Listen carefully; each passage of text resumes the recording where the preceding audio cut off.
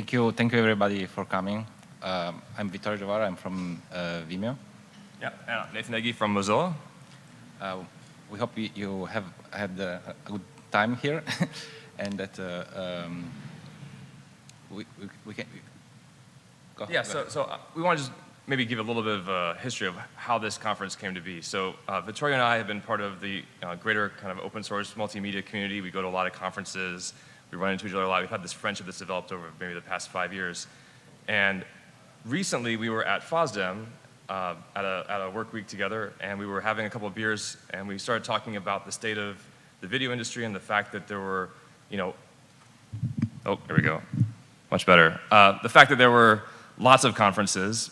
Some of them have technical material, some of them don't, and wouldn't it be nice if there was one that had a lot more technical material and was sort of a conference that we would want to attend? And so Vittorio mentioned that they've got this fantastic space and that Vimeo was also interested in doing this. And as we got through those beers and started talking a little bit more, we came to realize that there were a lot of synergies between what the vision sort of we have been crafting on one side and sort of the capabilities that Vimeo could bring. And so we're really excited to be in the space. We're really excited to be taking advantage of their live stream capabilities and the fact that we can actually simulcast this around the world and get the involvement of a lot of people. So this is really kind of a conference that we think is ripe for the time, but also for the people that are in this community. And we also feel like it's very important that this takes place in New York. New York has been the place to be for video. There are a lot of startups, a lot of communities.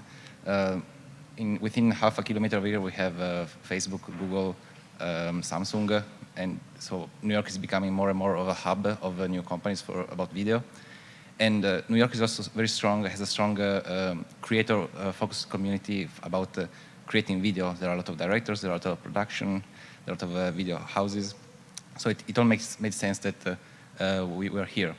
And we feel like aligning with the Mozilla, we have a lot of in common, especially in building communities together. And on the Vimeo side, for example, we empower the creators a lot. Yeah. Great, yeah, thank you. Thank you. Thank you.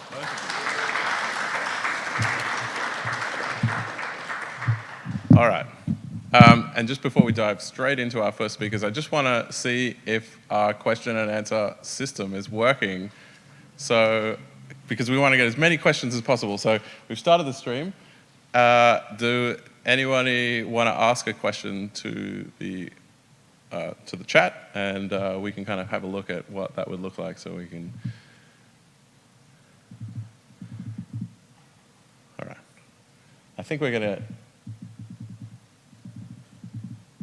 I don't want to keep us waiting for too long, but let's bring Thomas and Xiaolin from Cisco up. Oh, yes, we're all three. Come up. All right. So we'll just get you all ready to go.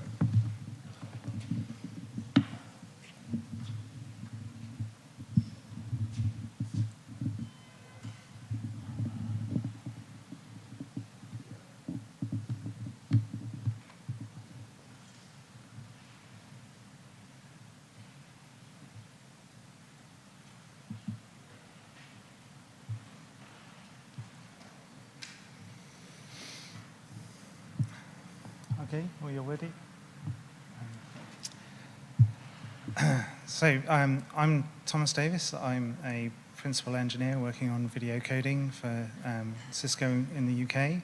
I want to introduce you to my colleagues. Xiaolin Shen, who works in the WebEx team in China, and Dmitry Sikov, who works with me in the UK.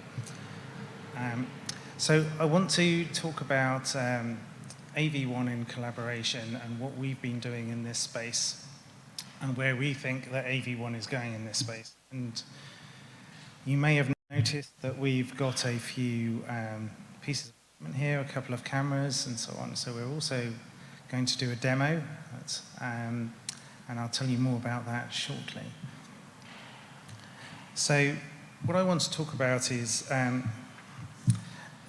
is how to answer these questions, really.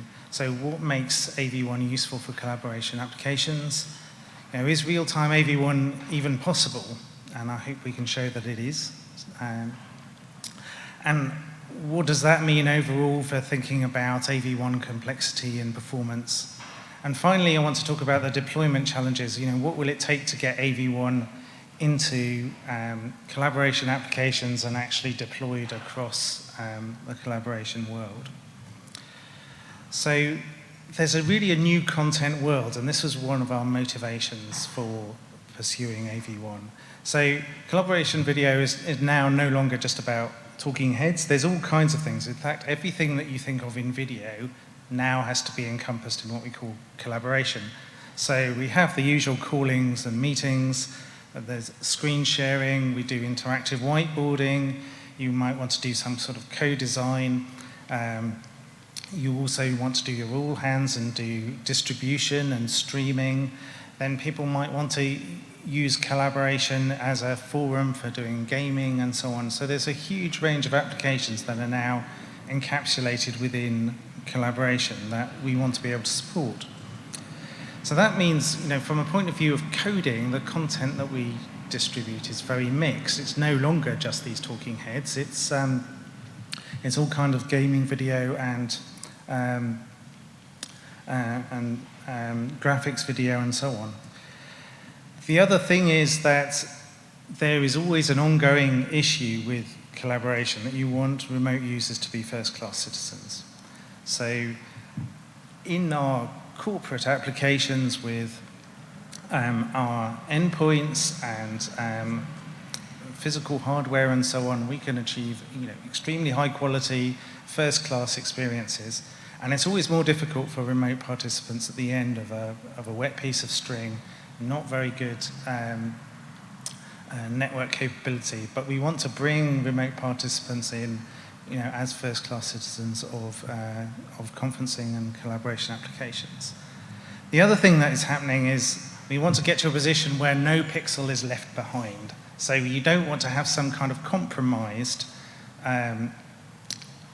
sharing experience where you pick some resolution that you can do, that the network supports, that your compression supports. We really want you to share what is on your screen exactly as it is. And that's extremely challenging because screens are getting large, right? They are having a very large resolutions and high frame rate as well. But that's the aspiration, that you have even remote participants with no pixel left behind. So on the codec side, you know, collaboration as a whole has been using H.264, so, you know, which was standardized in 2003. It's 16 years old, and we really need a step change in capability. And we all know the license history of codecs and HEVC recently. So AV1 provides us a codec that gives us that step change that we can actually use. Because the other aspect that is changing very rapidly is the amount of scale of video that is required, particularly with environmental issues and so on. People are wanting to travel less, work at home more. The numbers of people who want to use collaboration applications, who want to do video conferencing, is increasing extremely rapidly, and the cost per user has to go right down. So we also want to support this mixed next generation content, so we want a codec that does all these things, does all these different types. And AV1 gives us all the tools that we want without having to slice and dice profiles, pretty much. There's a separate profile for 444, but you get all the tools in one. So that means that you don't have this problem with other codecs that you think you've adopted a codec, but there's a new application and really you want some other profile like scalability that is not widely available. So deploying AV1 means deploying things that cover lots of applications. So what have we done? Well, we have been developing real-time encoding for some time using AV1. So we've developed Cisco AV1, which is a high-speed, real-time, low-latency, HD software AV1 encoder. So we've also developed a full AV1 enabled cloud media stack. So what does that mean? Well, it means that we've integrated Cisco AV1 for main video and content share into the WebEx Meetings application. We've also implemented RTP packetization, so we can do transport and resilience. We've implemented SDP negotiation so that we can establish calls and use the correct codec.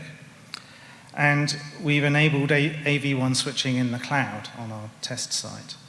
And all that also uses the David decoder. So we have a really, really fast, very capable decoder.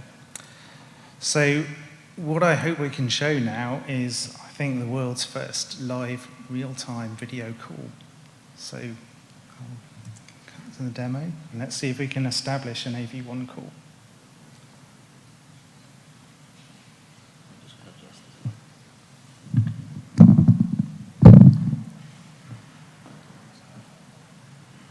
Okay. And there we have it. So, if you could stand in front of the camera so that you can be seen as well, sounding. Yeah. So this is doing 720p 30. Now, just a few words about this call. So, this is not doing peer-to-peer transmission from that computer to that computer. This is a genuine cloud media service, so it is going from this computer up to the cloud, and our cloud server is actually in San Jose, so it's doing a round trip of 5,000 miles and coming back, which means we have loss and we have some latency. In real life, when we deploy this widely, we will have it in data centers around the world, so you get lower latency. So unfortunately, the speed of light is not very high. And we can do 720p 30 on this. Perhaps you can call up the statistics and show the bit rate. Okay. So we've set the target bit rate at around 850 kilobits, which is about half what we use for H.264. Now, what I want to do next is just to double the jeopardy, and we'll create an H.264 meeting as well, and we'll try and do a side-by-side. So hopefully we can see that in a moment. Okay, is that running? Okay, can we switch to that? Yeah, so we're showing H.264, and can we look at the bit rate on the H.264 as well?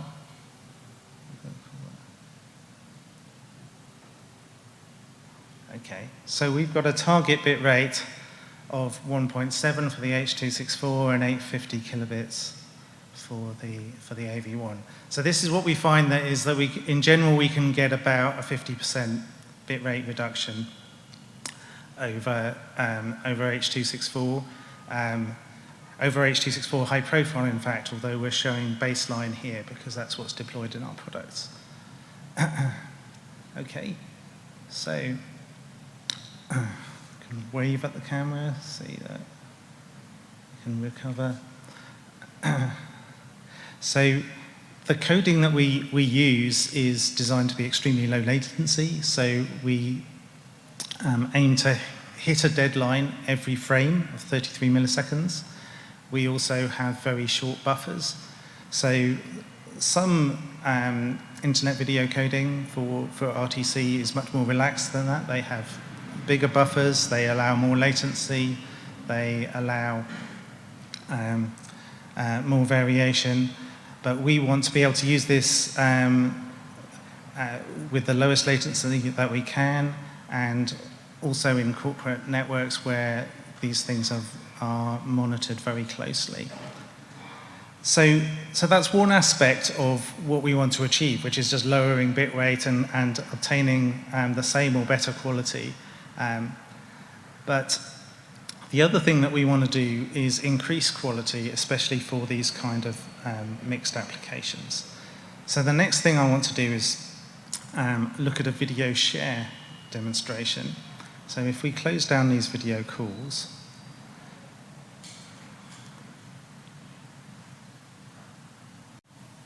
okay, so what I want to do here is show how AV1 enables us to improve quality and get closer to this leaving no pixel behind ideal and to the native resolution of displays under all circumstances.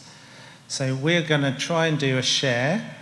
Now, we are going to do 1080p for AV1, 1080p 30, and 720p 30 for H.264. And we are still going to save bits, so we're going to be around 30%, 25 to 30% lower bit rate. So 1.3 megabits for the AV1 share and 1.9 megabits for the H.264 share. Now, of course, we can share at 1080p with H.264, but generally with H.264, the issue that you have is that you can only have 2 out of 3 things. So you can have high resolution, you can have high frame rate, and you can have low bit rate. But you can only really achieve those 2 things, 2 of those 3 things with H.264. And we want to achieve all of them all of the time. So even if you're at the end of a poor network connection, you can do 1080p. So we're playing YouTube in a browser here. You can see that the text quality is much better, and we're playing the video. Maybe we could full screen that for a little while and make it challenging for ourselves. And full screen the other one. So there you go. So that's 1080p versus 720p. With a target about 2/3. So again, this is all software encoded. Now, these bit rates are always going to be higher than what you would get on a content delivery network, because we are again using this very low latency encoding. We are also still optimized for sharpness because we want to show sharp text as well. So these are some Cisco promotional videos. I'm not sure what that is selling exactly, but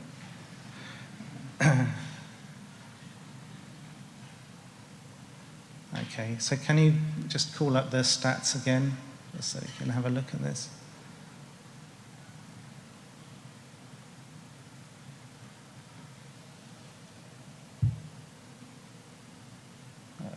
Can you have it so it's on screen? I think we're just missing the data.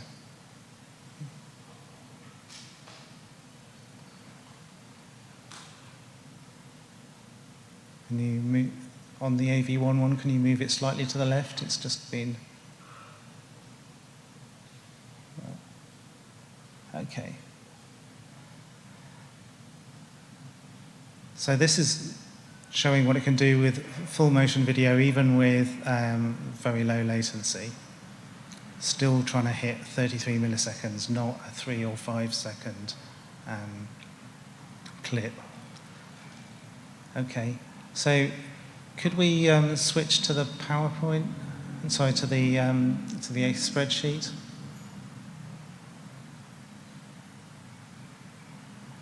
So if we go back. So you've played your YouTube video and you go back and you want to do some work and you have some PowerPoint or you have some Excel spreadsheet.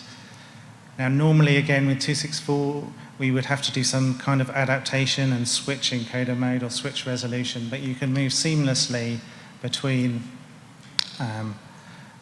different applications and get full 1080p quality. So we're scrolling that up and down, having a look at that. So you can get perfectly readable text and graphics, and it's all because we can just throw all the pixels that you have at the encoder, and the encoder does the job. And you can see you can get smooth scrolling at 30 Hertz. Okay, so thanks very much. That's our demo.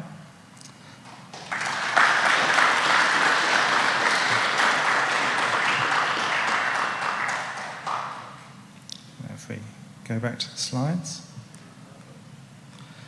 So I wanted to spend the rest of the time talking a bit about complexity and what our view of complexity in codecs is, and how we've approached it for Cisco AV1 and how we approached it through standardization, and also talk a bit about the deployment challenges. So the one thing I really wanted to emphasize, because there's been a lot of kind of confused discussion about codec complexity generally, is that for software and for encode especially, complexity doesn't necessarily mean equal having a large number of tools. Having a large number of tools has an impact on complexity in encoders. But if you think about it just in an abstract kind of way, having a large set of tools to optimize over means you can get a better optimum for whatever thing you're trying to optimize than if you had a small number of tools. So that includes speed. Now, everyone understands that if you are talking about optimizing compression, then having a large number of tools is better.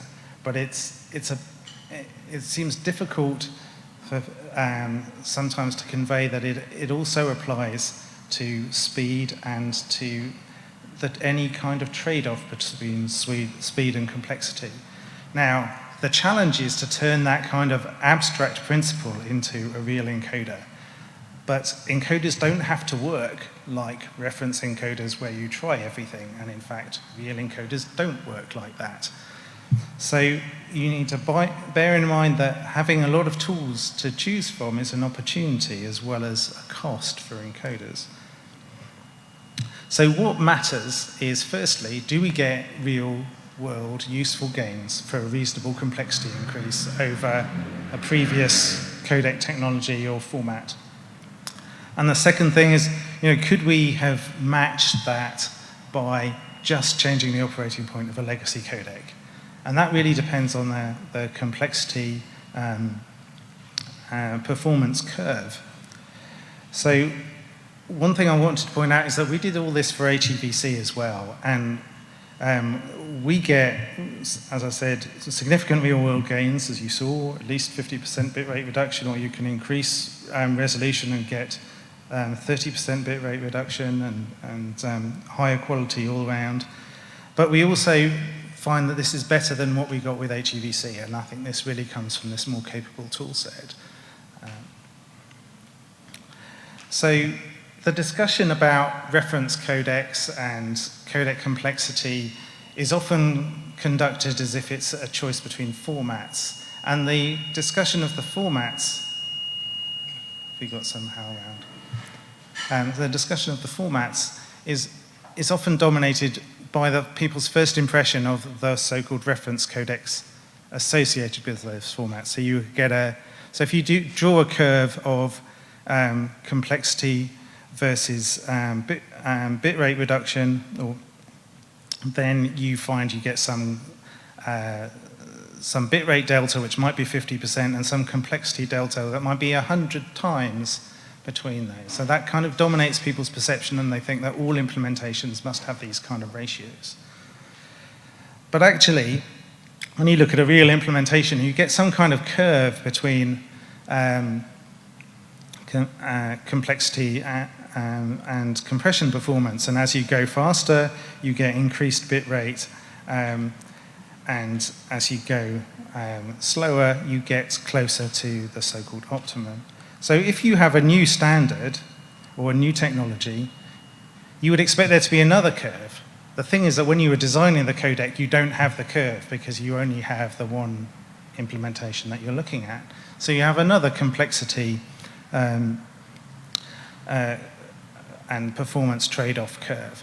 And you hope that it looks something like this, that you're going to intersect or just touch the curve for the other codec. So at Cisco and for real-time video collaboration applications, we're interested in these whole curves. We're not just interested in the bottom of these curves at the really, really super high compression point. So the other thing that I wanted to point out is that these, increasingly as codecs get more complex and the codec technologies get more complex, the reference encoders themselves are not necessarily the best encoders anymore. We've even seen this with H.264, that X.264 is about 5% better at its most complex or highest performance case. And it's definitely going to be true with more advanced systems like AV1. And that means you are to some extent designing blind because you have a kind of suboptimal encoder to work with. But it also means that it's very hard to communicate to the wider public what the benefits of your technology is, because you're not actually lying on a curve that even meets these reference codecs. So I think we're going to hear more today about the difference between some of the latest implementations of encoders and the reference encoders, and that's really exciting. But it's good to point out that there are these curves, and during standardization we need to think about the whole curve and not just about the bottom of that curve. So you can kind of define a golden triangle, and this is how we think about these trade-offs. So everywhere in that triangle is somewhere that is a potential operating point for a codec, and we are at the higher end of that triangle, and you could be at the lower end of that triangle, and so you can draw different lines and showing the compression delta versus the speed delta. And when you are trying to design the format, you are trying to increase the area of that golden triangle as much as possible.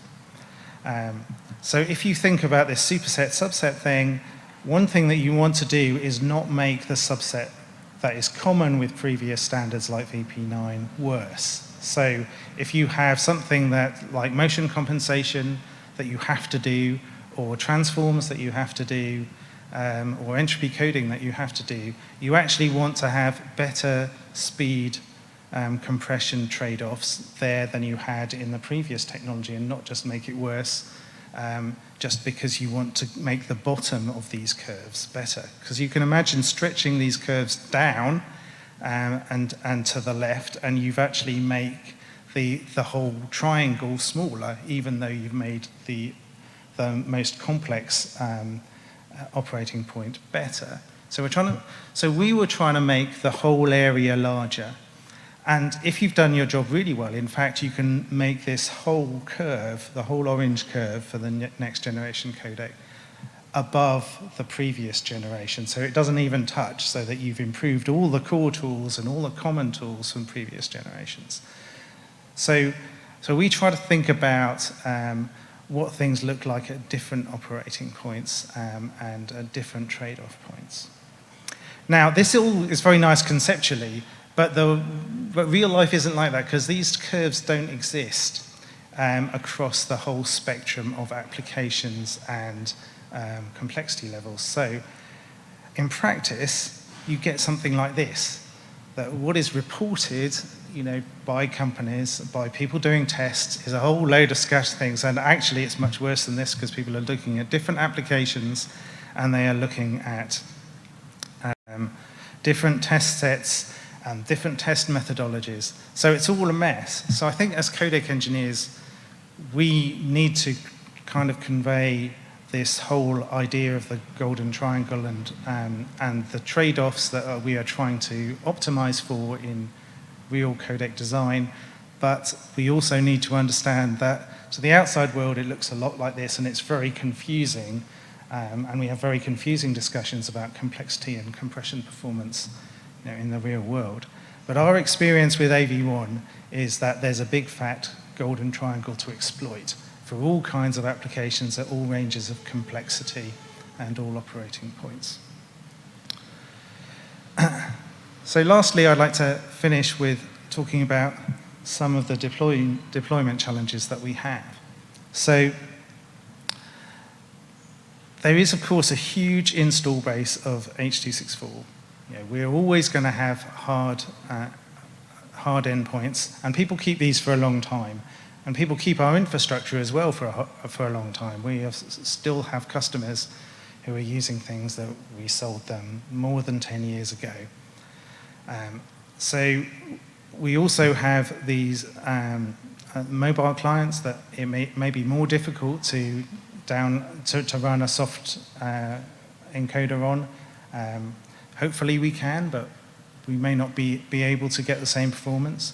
So you are waiting on hardware upgrades for the next generation of products, but you still have to support the old generation of products doing H.264 for a long time. So we have to have not just different clients doing different codecs, but we also have to have the whole switching and transcoding infrastructure. So we have to have multiple codecs, and we have to have interop strategies and approaches. So these include resilience mechanisms. We have to be able to have end-to-end resilience and resilience in the cloud for mixed conferences with 264 and with AV1. We have to be able to work out how to negotiate what happens when you have a conference with multiple different kinds of client in there.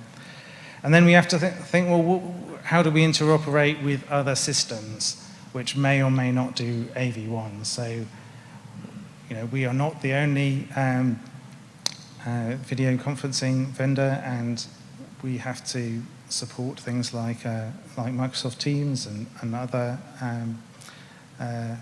vendors. So what happens in those conferences? You might have some sophisticated interop strategy between your legacy endpoints and your AV1 endpoints, but how do you make that work across these kind of divides? So obviously we want to be standards-based, but sometimes that's also not possible. So we need to have graceful fallbacks to make things work seamlessly, so we use AV1 where we can. So it's worth going through, a few scenarios to just give you an inkling of some of the complexity of these interop challenges. So let's suppose we start off with an AV1 conference. So we have A1, A2, and A3 as 3 participants in a conference. They're all talking together with the cloud. Now, the cloud looks nice and fluffy, and this all looks nice and easy. But of course, the cloud is other people's computers, and other people's computers have to be somewhere physical, and they may be in more than one place. So we have a couple of data centers, for example. So if you're sending media, it gets switched at DC1, but it also gets cascaded to DC2, and then sent on to A3. So we have this. So when you think of a cloud conference, there may already be multiple data centers and multiple computers involved, multiple servers. So you have to have resiliency signaling for your conference, and this occurs end-to-end, but it can also occur for your cascade between your data center nodes. And one thing that is emerging in this multi-codec world is that more and more standards are being developed to do kind of codec agnostic resilience, so that we can do more at the RTP layer, and we can do more signaling of layers with temporal layers and spatial layers. We can also do things with references and work out dependency chains and so on. So there's now quite a lot we can do for resilience, which isn't end-to-end, which is in these intermediate nodes as well. So now you have an H.264 endpoint that wants to join your conference. What happens? So there's a range of options for what can happen and how we manage that. So firstly, the endpoint negotiates with the sender about what its capabilities are, and it's saying, I'm sorry, I can only do H.264. I know I'm really outdated, but there we go. So the cloud and the cloud management systems and the endpoints have to work out together how to interoperate with this new participant. So one obvious thing is you can say, as soon as any H.264 endpoint joins, we just fall back to H.264, and that's fine, and that will work. But then that's quite fragile, and it means that you don't get the benefits of AV1 very often. You only get them when AV1 talks to AV1, and then as soon as someone crashes that party, then you fall back to H.264. So you need to be a bit more sophisticated than that. So one thing that you could do is you can do some kind of ad hoc transcoding. So on the transcode side, you can bring in some additional device that will talk exclusively to this H.264 endpoint and will kind of isolate that part of the system. Transcoding is relatively expensive compared to switching. So if we were to do this on a large scale, it does increase some costs. Initially, I think that's okay, because AV1 will start out in some kind of small area. And at the end of this transition, it will also be okay, because it will be mostly AV1 and there will not be much H.264. So the issue then becomes in the middle, when you've got real rollout of AV1, you have a lot of AV1, you have a lot of H.264, and it all has to work together. So you have to do that transcoding. So then you have to think, okay, what if 100 or 1,000 H.264 participants join your call? Are you going to transcode for all of them? If you are you going to transcode for some of them and do some kind of multi-stream and partition those users, or do you do an individual transcode for each participant? Now, I should mention at this point that we already do a lot of transcoded conferences, because we have this concept of a personal meeting room, and we support that with transcoding, and where the rendering happens server-side and doesn't happen on the clients, and that helps particularly with lots of weaker clients. And the purpose of that is that you can get a per participant view, so that everyone gets their own individual view of all the other participants in the call. So we could just throw this all at our transcoding systems, but I think we want to do as much of a mixture of switching and transcoding as possible. So where we have capable endpoints, then they do what they can, and we use transcoding where we need to. So we have this question, at what point do we use transcoding?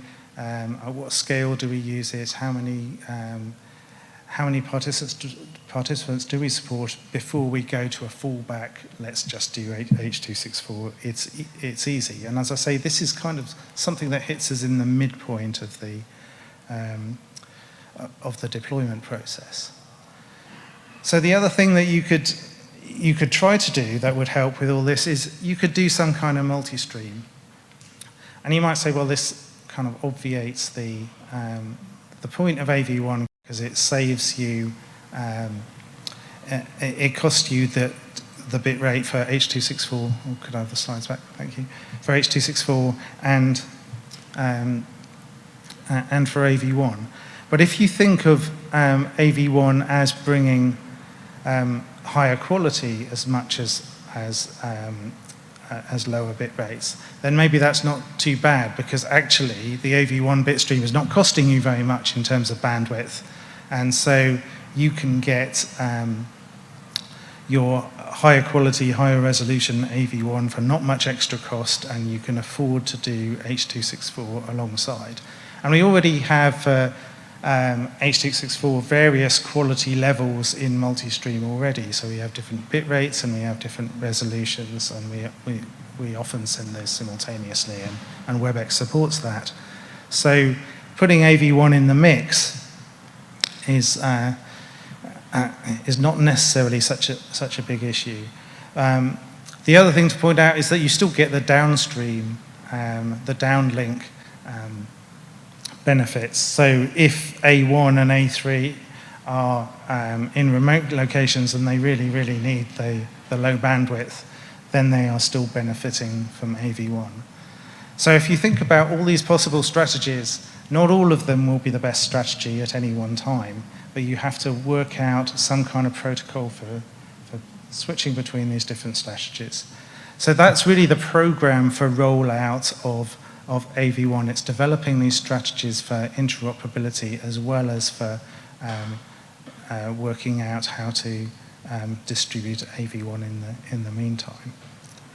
So just to summarize, what AV1 brings to the party is it really allows us to address next generation content, and it really allows us to address this issue of remote participants and the desire to have no pixel left behind, to have full native resolution.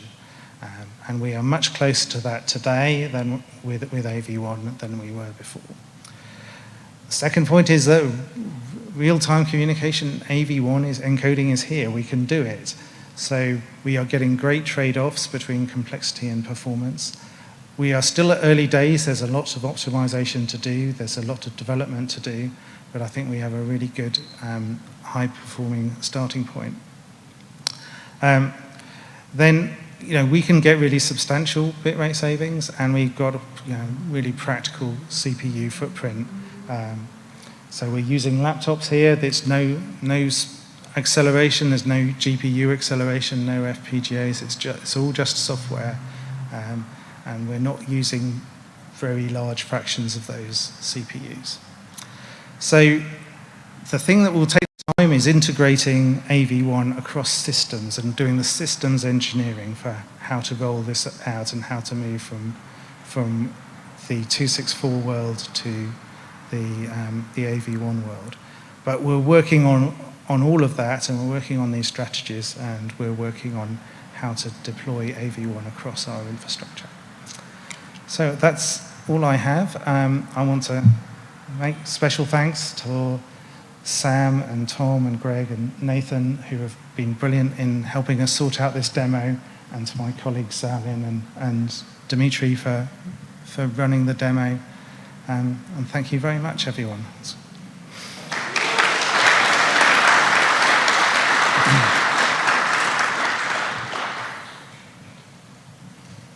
Test. All right. Fantastic. And we have some great questions. So there's multiple questions. I just wanted to remind everybody that they can ask questions using the chat, the live chat. So just jump on bigapple.video and select live, and there's some great questions. Some of these questions you just answered a little bit. So one of the questions was, for the demo, how powerful is the PC that you're using to do the encoding? Is this, it went away, there it is. Is this WebEx being run on a PC with a $2,000 CPU? And I think you answered some of that before, but... yeah, so these are MacBooks, and they are powerful for laptops, but that's because we wanted belt and braces for the demo. Overall, they use a bit of the encoding, well, the whole WebEx meetings application used a bit more than one core, about 1.5 cores on one of those machines. So it would use more on a less powerful machine, but if you have a few cores and a reasonably modern machine, I think we can do some kind of AV1 on that. Now, we may have to do some adaptation of complexity, and also we have a lot more R&D to do to keep making things faster and better. But yeah, we are using good laptops, but they're not super powerful desktop machines with $2,000 CPUs. Cool. And one of the other questions that was, what AV1 encoding tools did you find useful for your RTC use case? Right, I'm not going to answer that. There are some really nice tools, and clearly when you were doing screen content, then screen content tools are useful. I'm hoping I'm not missing anybody here. One of these questions is, David uses tile and frame threads. For RTC, you won't see frame threads. What is the coding gain trade-off when adding tiles to RTC?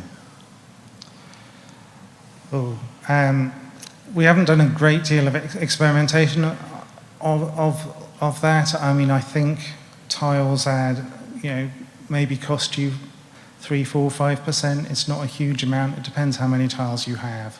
So if you have like 16 tiles, you might have a 10% hit or so, but fewer tiles, it's only a few percent. And another one of the questions that's been plussed a few times is, will any part of Cisco's AV1 encoder be released as open source? Not in the immediate future. Maybe sometime in the far future we might do something like OpenH264. We'll have to also see what the adoption pattern looks like. If it aids adoption, then I think we could consider doing that. But we don't have any plans, I'm afraid, to do that just yet. Okay. And then just one last question is, the idea for multiple codecs is for the sender to stream H.264 and AV1, the idea for multiple codecs is for the sender to stream H.264 and AV1, or add some transcoding in the data center. So. Yes. So, yes. So if you need to somehow generate multiple streams, right? So you either transcode or you send multiple streams, or you go to some fallback, some lowest common denominator. So those are the 3 basic strategies, yes. Great. Thank you so much for the presentation. Thank you, everyone. Thank you. Thanks for all the questions.